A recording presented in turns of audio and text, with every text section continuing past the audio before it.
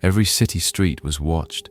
Every alleyway, every quiet home, even the smallest park bench, had a digital eye. In this age of ubiquitous security, it was easy to believe that being under constant observation meant being safe. But for Marcus Ellison, the ever-present gaze of technology soon became the harbinger of something far more sinister. Marcus was an ordinary software consultant, living in a bustling metropolitan area where surveillance cameras dotted every corner like electronic sentinels. He trusted that the very systems designed to protect him would keep danger at bay. Until one rainy October evening when, after returning from work, he sat down to review the footage from his newly installed doorbell camera. Amid the routine images of empty sidewalks and swaying trees, there was something else. A dark, barely perceptible shape lingering at the edge of the frame.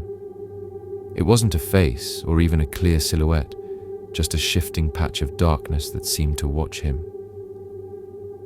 At first, Marcus chalked it up to a glitch or perhaps a stray animal.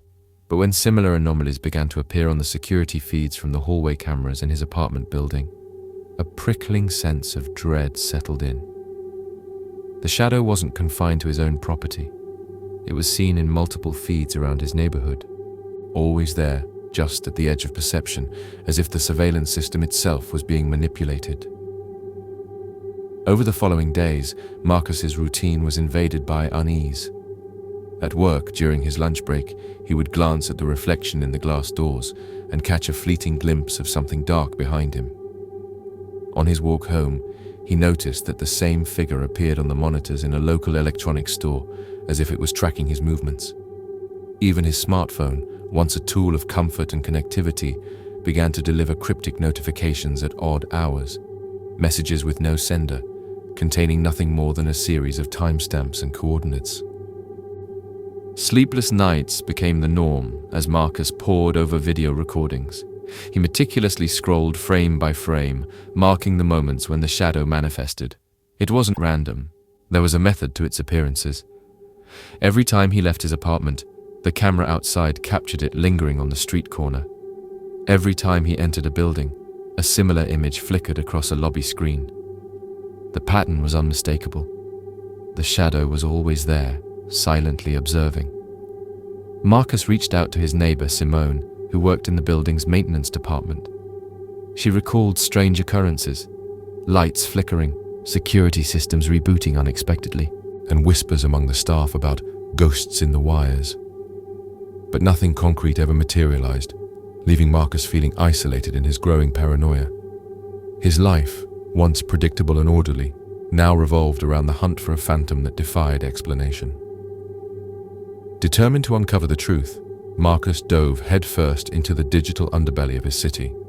He began by compiling all the footage he could gather, from his doorbell camera, from the building's lobby monitors, even from public security cameras he managed to access online through various municipal portals.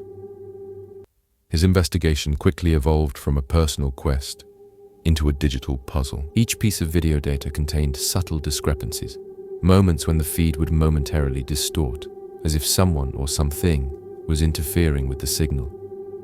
Marcus's technical expertise allowed him to notice anomalies in the metadata. In one instance, a timestamp didn't match the actual time of day, and in another, the video file contained traces of code not native to the system he'd installed. It was as if someone had hijacked the feeds, overlaying their own digital signature onto the surveillance network. He began to suspect that this wasn't a natural glitch, but a deliberate act, a method of watching and manipulating the watchers. Late one night, while sifting through layers of corrupted footage on his computer, Marcus's screen suddenly flickered. A message appeared in bold, static letters. "We see you." The words sent a jolt through him. The notification was brief, quickly overwritten by more static, but it was unmistakable, a direct communication from the entity behind the shadow. In the days that followed, Marcus's life became a tense game of cat and mouse. Every time he stepped outside, his heart pounded in anticipation of an encounter.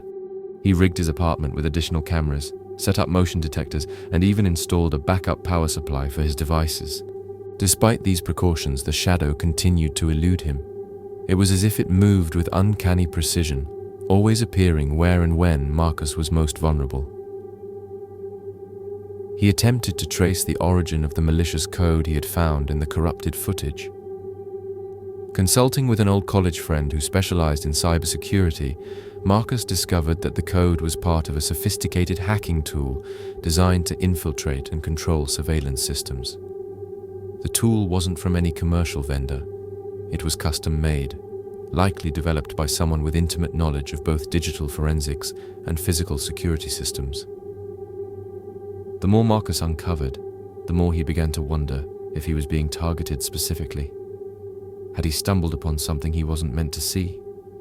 Perhaps he had inadvertently uncovered a secret surveillance network or a digital criminal enterprise that used the very technology meant to protect citizens against them. Determined to confront this unseen watcher, Marcus decided to take his investigation to the source. Using his laptop and a hastily assembled array of portable devices, he ventured out late one evening to the downtown district, a place teeming with cameras and electronic signals. His plan was risky: to lure the shadow into revealing itself by exposing a decoy of his personal data on a hacked billboard that he rigged to display his image and a plea for answers. That night, the city was shrouded in fog, and the air was heavy with anticipation. Marcus's heartbeat pounded in his ears as he positioned himself near the decoy setup. As he activated the billboard, his image flickered across the screen with a caption that read, "I'm watching too." For a few moments, nothing happened. Then, in the reflection of a nearby shop window, he saw it. The shadow, unmistakably human in form but cloaked in darkness, standing still as if studying him. Marcus's pulse raced as he approached cautiously. The figure did not flee. Instead, it remained motionless, its eyes obscured beneath the brim of a hat. Before Marcus could speak, the figure raised a hand in a slow, deliberate gesture. The act was almost theatrical, an invitation or a warning, he couldn't tell which. The tension was unbearable. With no choice but to follow, Marcus trailed the shadow through narrow back streets and abandoned lots, his every step echoing in the silence of the night. The pursuit led Marcus to an inconspicuous building on the edge of the city's industrial district, a former warehouse repurposed as a covert data center. Inside, the walls were lined with servers and cables that hummed with a life of their own. The dim light revealed several monitors displaying live feeds from across the city. At the center of the room, sitting calmly in front of the screens, was the figure, the surveillance shadow. Marcus's heart pounded as he approached. The figure removed its hat, revealing a face that was both nondescript and unnervingly familiar, a face that seemed to reflect every pixel of the city's digital grid. In that moment, Marcus realized that this was no ordinary hacker or voyeur. The shadow was an architect of the surveillance itself, a puppeteer orchestrating the digital gaze that ensnared the entire urban landscape. In a measured, almost soothing tone, the figure spoke. "You wanted answers," it said. "I only wanted to remind you that in a world where every moment is recorded, privacy is an illusion. We all wear masks, even if they're digital." The words were chilling in their calmness. The figure explained that a network of individuals, disillusioned citizens, former security experts, even ex-government operatives, had come together to expose the overreach of surveillance. Their plan was not to commit random acts of terror, but to disrupt the systems that turned society into a panopticon of constant observation. Marcus listened, torn between fear and a morbid curiosity. The figure claimed that they had chosen him for a reason. His digital footprint, his knack for uncovering anomalies, and his insistence on challenging the status quo had made him a target. But the message wasn't solely one of retribution. It was a warning and an invitation. The surveillance shadow wanted to show Marcus the hidden layers of the city, to reveal how every data point, every camera angle, and every digital trace was part of a vast network of control. Standing amid the humming servers and flickering screens, Marcus faced a choice. He could turn away, retreat into the comfort of ignorance, and let the shadow continue its silent vigil. Or he could join this covert collective, risk exposure and danger, and become part of a movement that sought to reclaim privacy in a world of unyielding observation. The weight of the decision pressed upon him. Memories of sleepless nights and relentless investigation had warped his reality, turning every reflection into a potential threat. Yet the idea of a world unburdened by the omnipresent digital gaze was too tempting to ignore. In that moment, Marcus felt both the crushing isolation of being watched and the faint promise of freedom.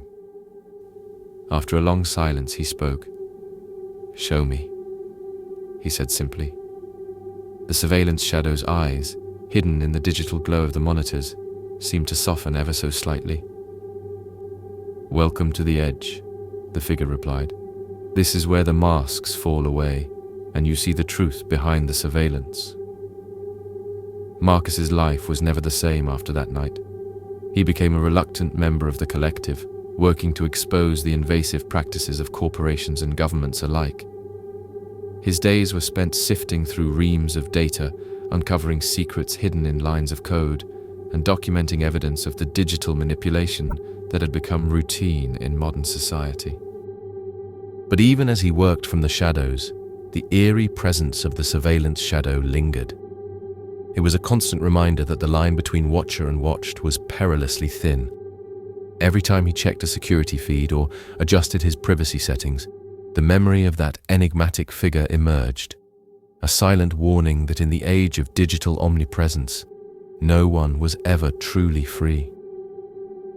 In a city where every movement was captured and every secret recorded, Marcus discovered that the greatest horror wasn't a supernatural entity or an unexplained apparition.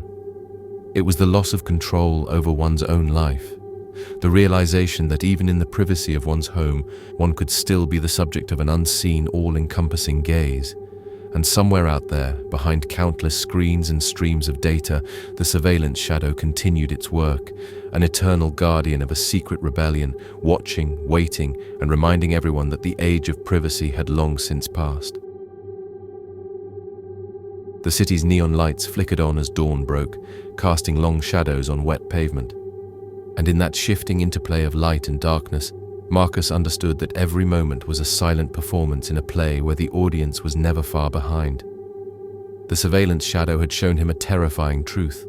In our modern world, we are all both the actors and the stage, forever trapped in a surveillance society where every move is watched and every secret is recorded. Would you ever be able to look at a camera the same way again?